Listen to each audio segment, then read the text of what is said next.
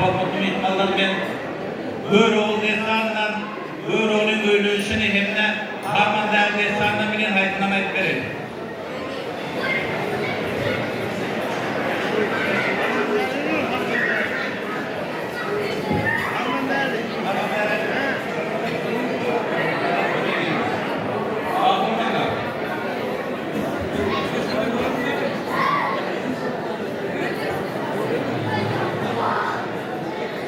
Ağ onunla hayır yaşayın.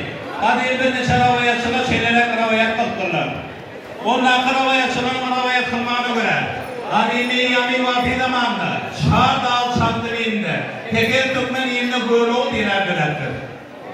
Böyle oluyor atırmançılıkta, çabarmançılıkta. Hile gayrette, aşinarlıkta. Parmaylıkta, veliylikte, takiylikte. Bağışılıkta, sağlamlaşılıkta. Calaylıkta da bunu sanarım olmaktırdayım. Dünyada iki olsa bir olsa böyle gördük.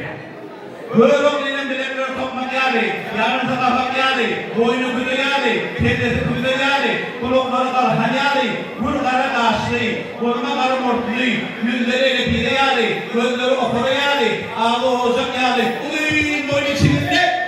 Arkasına 7 yaşar ökülü koyduğum yılını uğruna götürüp gidirecek, bir gelecek koçu giderken ya.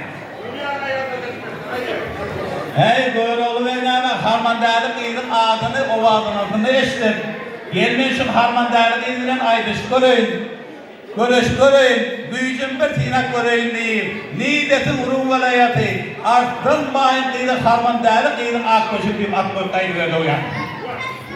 Al yatıp kök yörüp bir neşinedir yol yörüp dağlardan zürgöden öteyip Harman Değerlik İyinin akkoşuna var. Harman Değerlik İyinin aydıştı yenildi, görüştü, yıkıldı. Halinde olmadı. Yendiğinde şarkı olsan yurduna aşağıyla dinime var. Bana kalkın olayım. Dinimle katakir.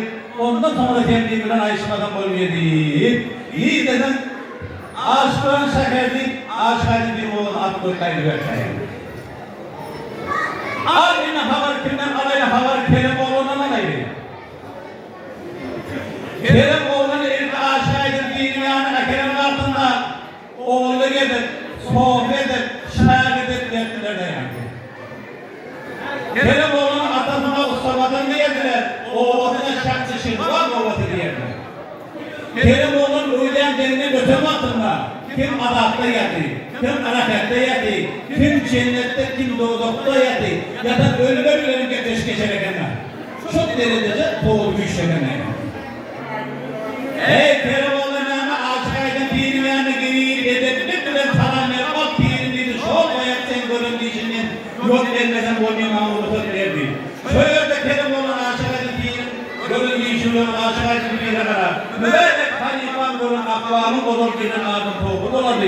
Bu da niyat edilerinden tuzdum. Sonunda gelenleri tuz bölüm aladı deyip. Eline karakanlı tutar alıp, 18 perdeden makam göndereyim. 5 kelini tutaysın, hadi gör bak, nerede diye.